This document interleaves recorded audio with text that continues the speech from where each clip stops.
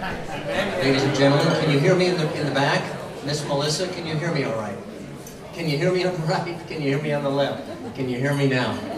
It's 1:31, and if anything, Terry Gustafson runs a major league tight ship, so it's showtime. Ladies and gentlemen, thank you. You honor us today by being here to celebrate events or special people in your lives. The Arboretum is an educational, research, and an outreach institution. But for many of us, my family included, it's a very special place of solace and respite. And for those of you who have chosen to honor special people in your lives at our institution, you bless us a great deal today. We're delighted to have you here. We think today's program, while we're not a mausoleum or a church or a cemetery, we have a very special place, we think. And over the years, it's been proven by all of the memorials and tributes that have been placed here at the Arboretum as a place of just those things I've described. And you here today, many of you have chosen in the last 12 months, the last 14 months, to do something of that nature here at the Arboretum. And then there are others of you that we always, once you're on the invitation list for this, you'll always be on it, so you can come back year after year to this very event that takes place at this time of the year. And about 20% of you here today are those who have come before and keep coming back when their schedule permits it. And we want that to be we want this place to be your home in that regard too.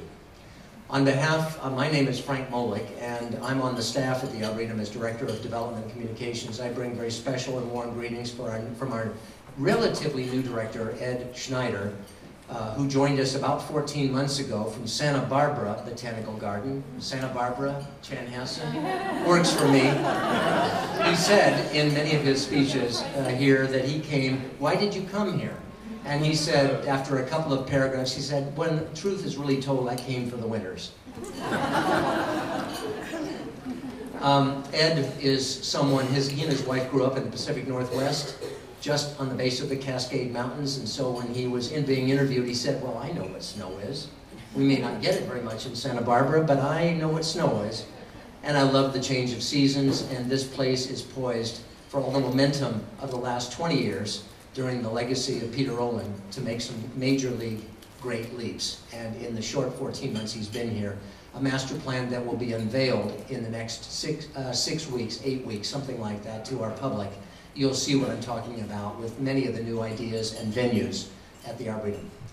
As we close today's program, and your card in front of you here will tell you a little bit about what we want to try to accomplish this afternoon.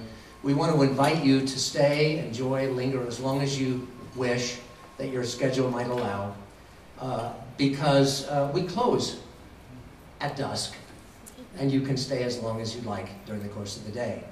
There is a new venue that some of you may have enjoyed, others of you may not, and that's the new Bog Boardwalk. It's been an important part of our life as a teaching classroom for children to get them out on the water and enjoy the habitat, the flora and the fauna that a lake or a special sphagnum bog can provide.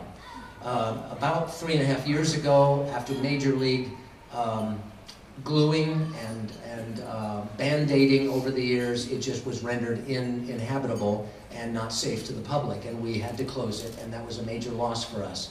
But happily, with major philanthropy by about 10 different individuals or families, it was totally reconstructed, dedicated about 10 weeks ago, and it's a major new accomplishment for us. I hope you have a chance to wander down below the Snyder Building Auditorium, basically where if someone doesn't point it out to you, hopefully you won't be thoroughly confused. Where we do the Raptor release after this is on the Morgan Terrace at one of the gardens. If you look at the lake just below you, across that lake is where the Bog Boardwalk is, and it traverses the entire lake. And you have some rather spectacular views. There's an overlook out there.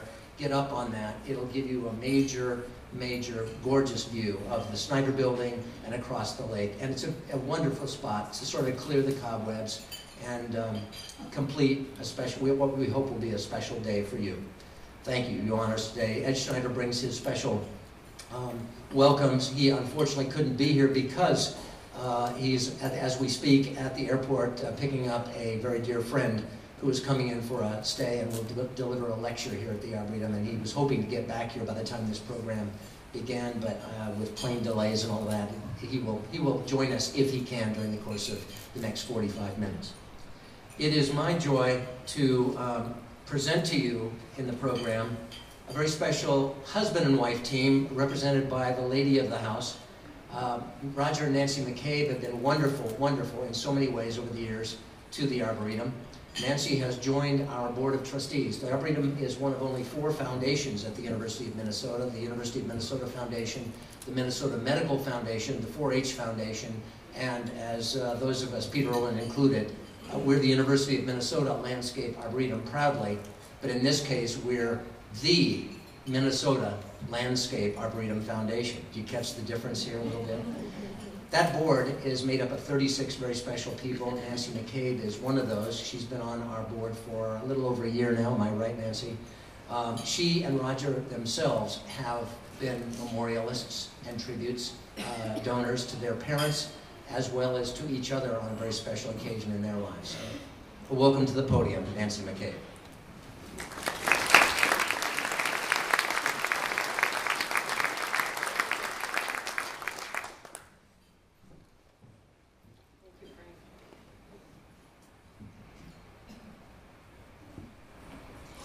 Listen to the American Indian. Their thoughts are simple and yet powerful.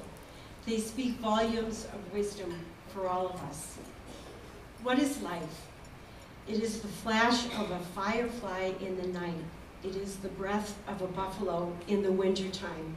It is the little shadow which runs across the grass and loses itself in the sunset. This was said by Blackfoot of Montana. Don't be afraid to cry. It will free your mind of sorrowful thoughts, said the Hopi Indians. They are not dead, who live in the hearts that they leave behind.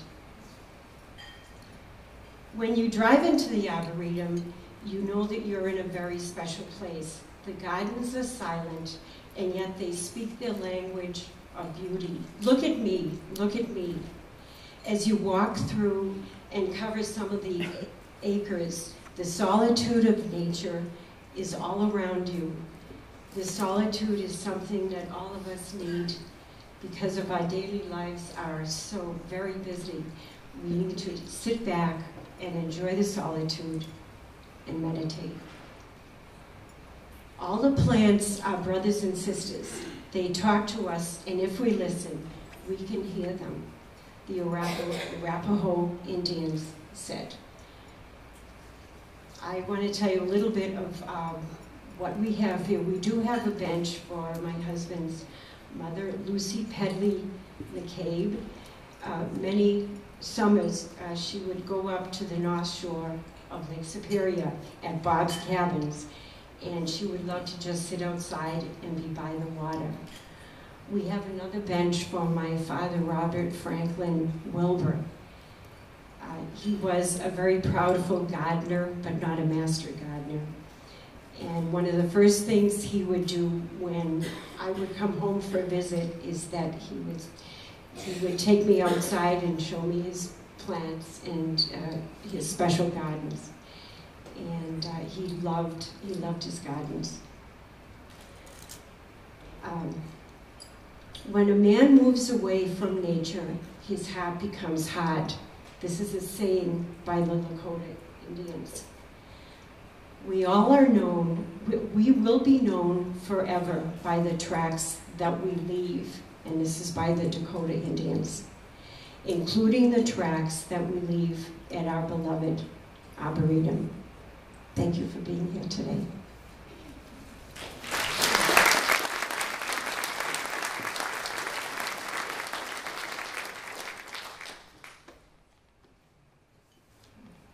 Each of us have our own stories as to what brought us here in this year and in past years, including our own family.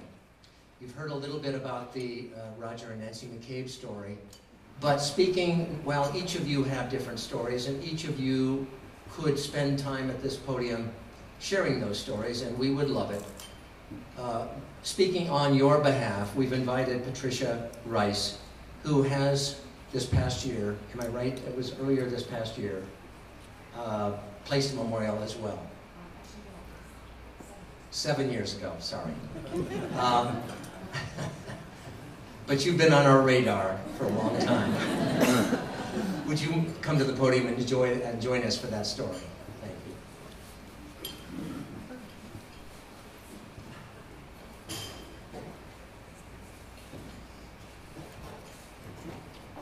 All right, thank you for that warm welcome. I first came to the Arboretum in 1970 as a high school student. And I grew up on a small farm just south of Shakopee, where we raised vegetables. And for many years, I joined the Arboretum in, let's see, 1994, so you can do the math. And the Arboretum became a favorite destination of mine just because of the peacefulness and the stillness and dealing with things in my life and master's degrees and such.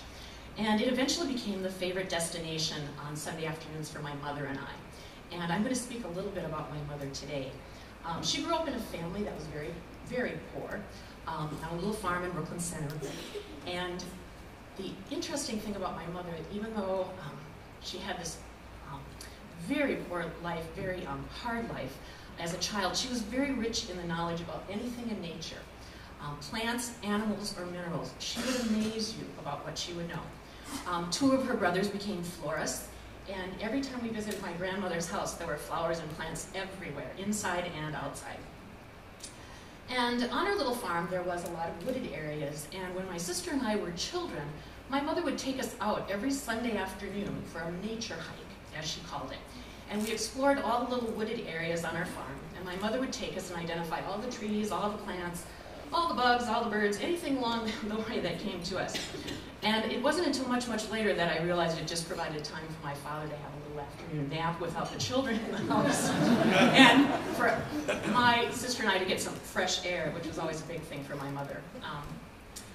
She had this amazing ability, too, to identify any bird call that you could possibly have in the state of Minnesota. She would pick out birds in the trees without binoculars. On our farm and just say, look at that, up there, and we'd all go, what? Huh? What are you talking about, Mother? Where is it? And the best thing was you could even imitate a bird call over the phone to her, and she would be able to identify it just by the pitches that you had. And if she couldn't, she would go to one of her bird books and take the time to figure it out. Plants and flowers were her passion, and for years she always had a huge cutting garden with flowers for inside our house. As my mother got older and her health began to fail, we reversed roles. And I began to drive her out on Sundays so that my father again could get his afternoon nap in, and we could get some fresh air and just enjoy the lovely gardens here at the Arboretum. Some of her favorite places were the dahlias, the daylilies, the peonies, the roses, the hosta collection, which is great on a really hot afternoon if you've ever tried that, and the changing of the seasons, and also the memorial benches. We love to sit and just chat for hours and hours about things that were going on in our lives, or in my sister's lives, or my niece and nephew's lives, or any of our relatives. So we spent many, many hours here, and not in winter though, that was not her season to be out here. Educating children about plants and nature was one of her passions. Having places for people to gather and chat were also one of her passions, and she loved a little bite to eat and coffee. So everything was here at the Arboretum that we really needed. So to enjoy the sheer beauty of nature, and when she passed away very suddenly in 2004, our family didn't even hesitate because we knew that she would want a memorial gift given to the Arboretum. And so we have a memorial tree in honor of my mother, Helen Keefe. And again, as often as I can, I volunteer at the Arboretum, and on Sunday afternoons, I'm here still walking and reflecting and sitting on her favorite benches, enjoying the beauty of this space. So thank you for all of you who have given to the memorials at the Arboretum, and thank you to the Arboretum.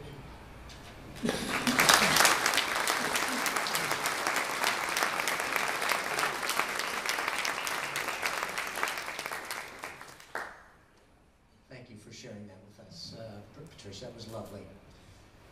One of my favorite things in life to do is embarrass my colleague, Terry Gustafson. And Terry I'd like to single out for the brainchild of having created a day like this. I've been at the Arboretum 16 years, and Terry was one of those I inherited on the staff who had been, the day I arrived, I think it was either 6 or 8 years already at that point, Terry, so you do the math. You've been here 23 or 24 years. Am I correct? How close am I? 23 years. Needless to say, she has all of the history of the Arboretum and all of the important people, not unlike yourselves, committed to memory. And the number of hugs and kisses she gets in a given week or on a given weekend or an event like this is unbelievable. You heard Patricia share some very meaningful and personal and private things. You heard, in part as well, Nancy share some of those personal and private things with us as well. This is a paid political announcement, but one from the heart. If any of you feel so moved after a number of months or years to be one who you'd like to self-select as someone to share your story in another year, please contact Terry. This is an important part of what we believe is the sharing and healing process when others can share their story about why it is they chose to memorialize a loved one or pay tribute to an event in one's life or to a loved one at this institution, and it will forever live at the Arboretum. So think about that and step forward, if you wouldn't mind, with Terry either today or on another occasion when you're so comfortable. Certainly last and not least, the last, help me Phil, forgive me Patricia for having accused you of this year, and I realized Terry introduced what you had done to me, and I can't believe 7 years has gone by. When you get to be my age, I guess they all go by like that. But thank you. Phil, you've been with us 4 years. Thank you for the little hand signal here. Third base coach. And each year, it becomes, even though the message is somewhat the same, even more meaningful to me and those in the crowd. Phil is director of the National Wildlife Rehabilitation Center, and will make a few remarks and then invite us all, after we've finished our refreshments as a group, to head up to the Morgan Terrace, to the Macmillan Terrace Gardens, where he'll make a few comments and release a raptor in symbolic celebration of what we celebrate here today. So with that, Phil Jennings. Thank you very much, Phil.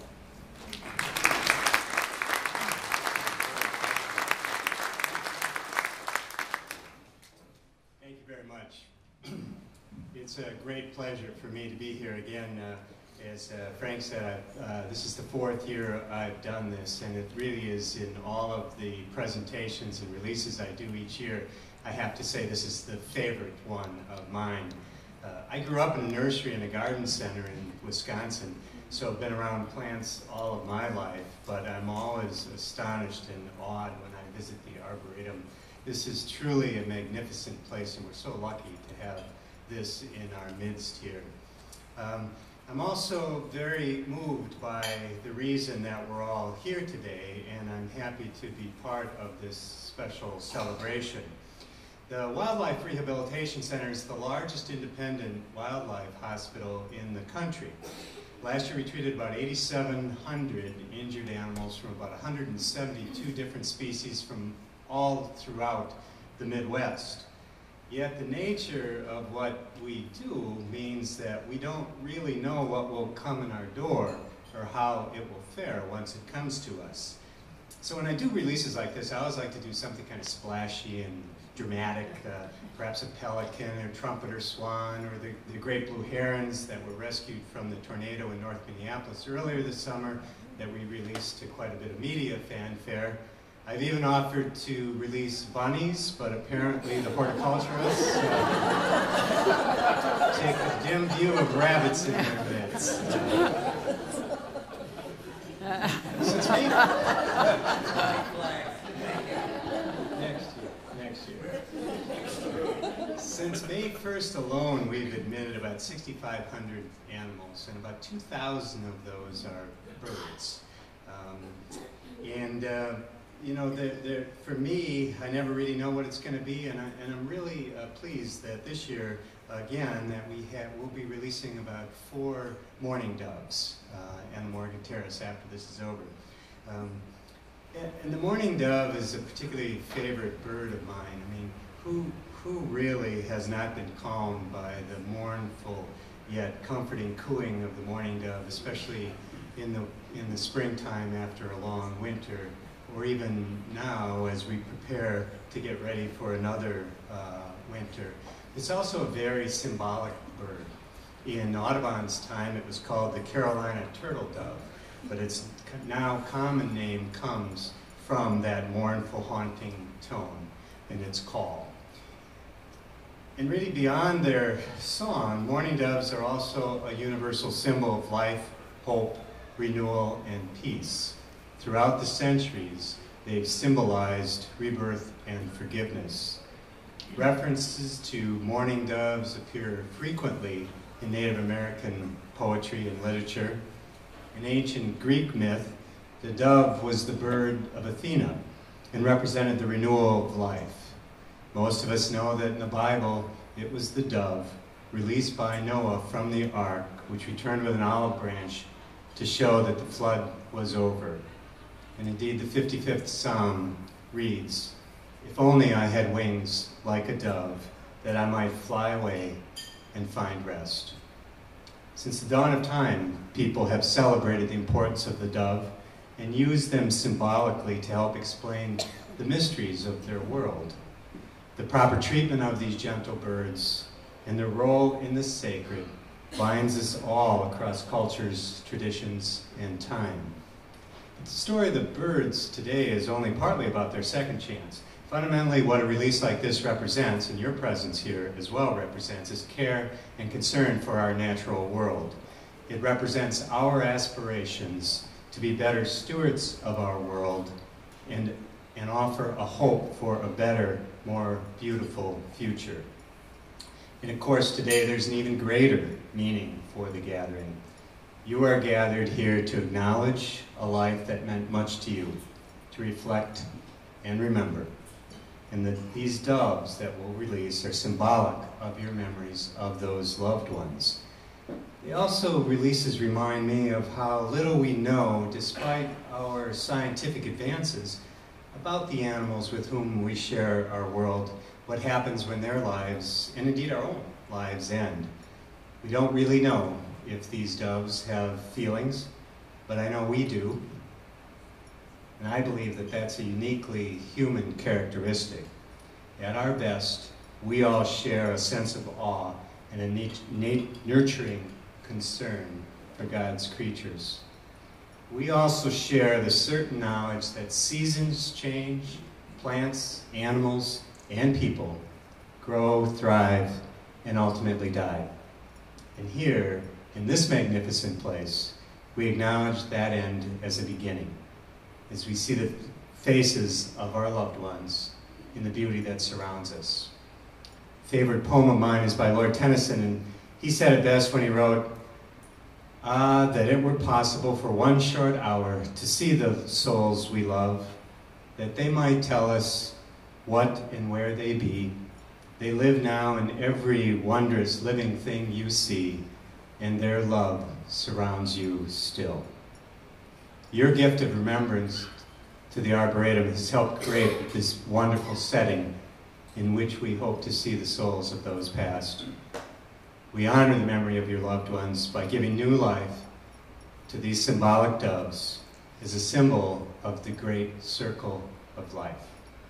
And now we will, the formal remarks are done, and we will gather and go to the Morgan Terrace. I think Terry and Frank and others will provide the way, and we'll get ready to release the birds there. Thank you.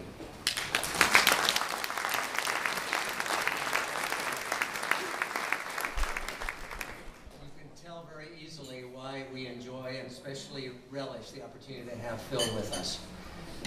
That message, Phil, was the best of the four. Thank you very much for sharing it with us. As Phil, thank you. I will too. I'll join you.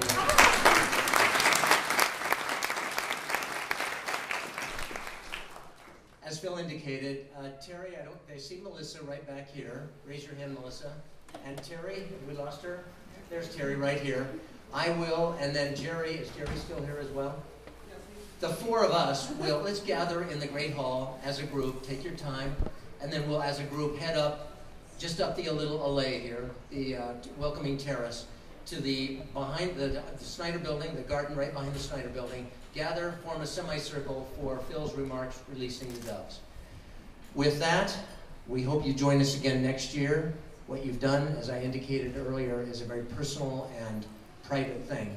We're blessed that you chose to share the memories of your loved ones and your family with us here. Thank you. Come back, come often. We enjoy having you.